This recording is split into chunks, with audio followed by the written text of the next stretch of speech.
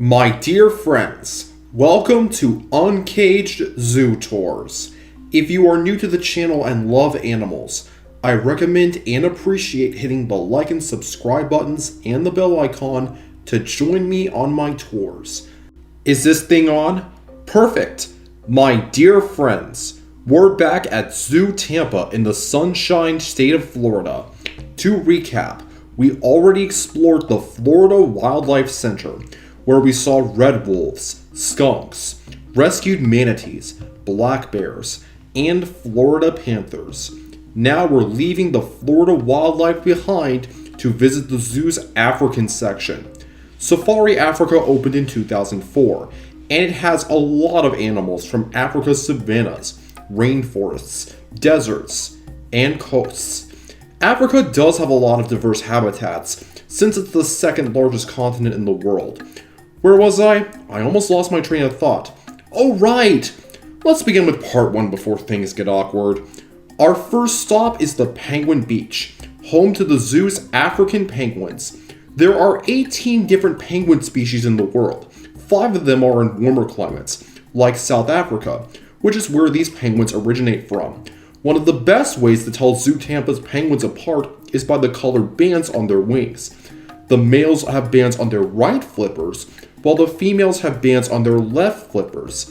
If 2 penguins have the same color band on different flippers, it means they're together. For example, Thumbelina and Rocky are paired together because they have green bands. But in the wild, African penguins don't have fancy bands, and competing for mates can be tricky. After a male penguin wins over the female, the two have to find a burrow on the beach that they call home. But there are 2 problems with that. 1, male penguins can dig into other burrows, causing conflict between neighbors. Second, a male penguin can sometimes head home to find his wife with another penguin, resulting in more conflict. When I went behind the scenes at Busch Gardens, Tampa, I was told that one of the penguins was transferred here because they were getting involved in a penguin love triangle. Under the tunnel we go. Now I would like to introduce you to Pierce, an African crested porcupine. Unlike the North American porcupine, Pierce lives on the ground, and I saw her playing with some cardboard. She may be entertained right now, but her cousins in the wild always have to watch their backs, but they can defend themselves when threatened. A crested porcupine has 3 different weapons.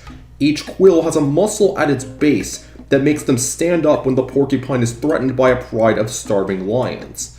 With the help of these muscles, a porcupine's quills will make them look 3 times bigger.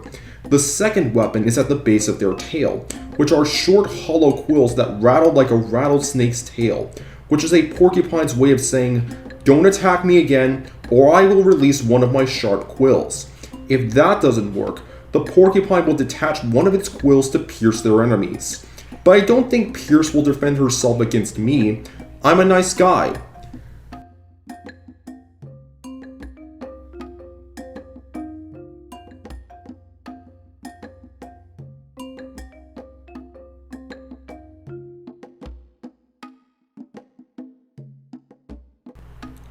Let's move on. Out of all 7 continents, Africa has the most countries at 54, each with their own language, culture, and wildlife. For example, Madagascar is home to the radiated tortoise. If you want to learn more about them, please refer to my Madagascar at the Bronx Zoo tour. The word tortoise means cove in Swahili. What's even cooler about these next 2 animals is that they aren't even from Africa. First up is the Galapagos tortoise, which is from the Galapagos Islands of South America. These big reptiles have a reputation for being slow, but their feet and front legs are turned inward, which causes the tortoises to walk from side to side. The Galapagos tortoise is also the longest living reptile in the world, as it can live from 150 to 200 years. Next up on the list is the Aldabra giant tortoise, which is native to the Aldabra Atoll, which is north of Madagascar. Not only are these tortoises large in size, but they have loads of personality. The zoo is home to 3 Aldabra giant tortoises. Al is very eager to stretch his neck out for scratches from his keepers. His friend Dabby likes neck scratches too, but she loves to eat freshly picked branches from a mulberry bush. Then there's Sly, who the keepers describe as a bulldozer, as she is determined but also a somewhat aimless wanderer. I guess Sly wants to walk around to relieve boredom. If you want to learn more about tortoises, don't forget to sign up for ZooTampa's tortoise encounter on their website. Another thing Africa is known for is its diverse habitats, like the dry forests. This large yard has a bay duiker, a southern ground hornbill, and our first lowland nyala.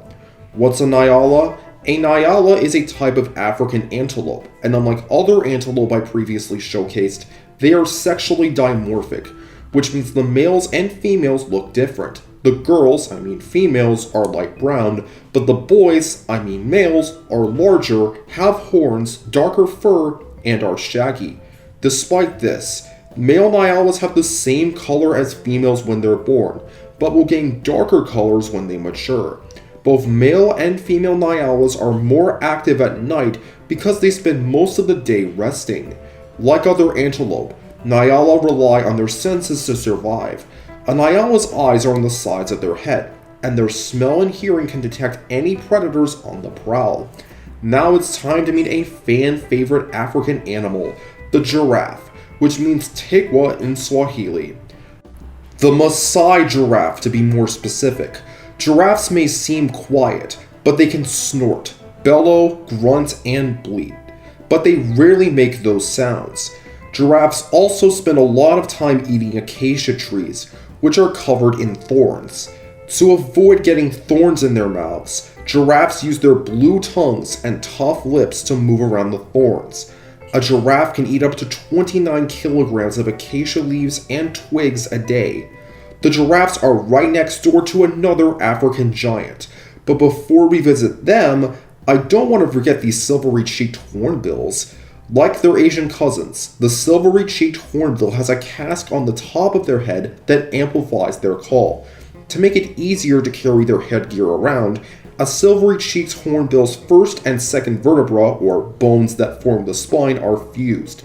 Their beak is also serrated like a knife, so the bird can tightly grab its food. Speaking of food, silvery-cheeked hornbills mainly eat fruit, but they also eat eggs, insects, small reptiles, and birds. And now, one of the many reasons why you should subscribe. Ladies and gentlemen, I would like to introduce you to ZooTampa. Instead, they fill their trunks with water and then squirt it into their mouths. There are also two different types of African elephants, the savanna or bush elephant and the forest elephant. The bush elephant is larger and their tusks point outwards, while the forest elephant is smaller and their tusks point inwards. But both species of African elephants have large ears that are shaped like the continent of Africa. When an elephant flaps its ears, the breeze cools down the blood vessels inside, which lowers their body temperature. But we're not done with elephants yet, because we're heading behind the scenes to meet one of the zoo's 6 elephants. Say hello to Sudla. According to the keepers, he is such a ham and loves an audience. His favorite food is whole coconuts and is bred with 2 of the zoo's females. Elephants are very vocal, as they can make a low rumbling growl that is too low for humans to hear. And then there's the famous trumpet call. Elephants don't trumpet all the time. They trumpet when they're angry, excited, or startled. Trumpeting is made when air is blown through the trunk. Sudla originated from Africa, and the reserve he came from ran out of money, so he was transferred to America on a large plane with 10 other elephants in 2003. The keepers also care for their elephants by training them. If you want to sign up for the elephant encounter, go to ZooTampa's website. When we visit Africa at the North Carolina Zoo, we'll learn how elephants are hunted for their ivory tusks. And that's where we'll stop. But don't worry, we still have more to see. Stay tuned for part 2, where we'll meet a rhino calf, witness the return of the painted dog and pygmy hippo, and meet some of the only shoebill storks in captivity in the United States. We'll also take a ride on their safari truck. Today's question is, what is your favorite elephant exhibit and why? As always, thank you for subscribing and thank you for watching.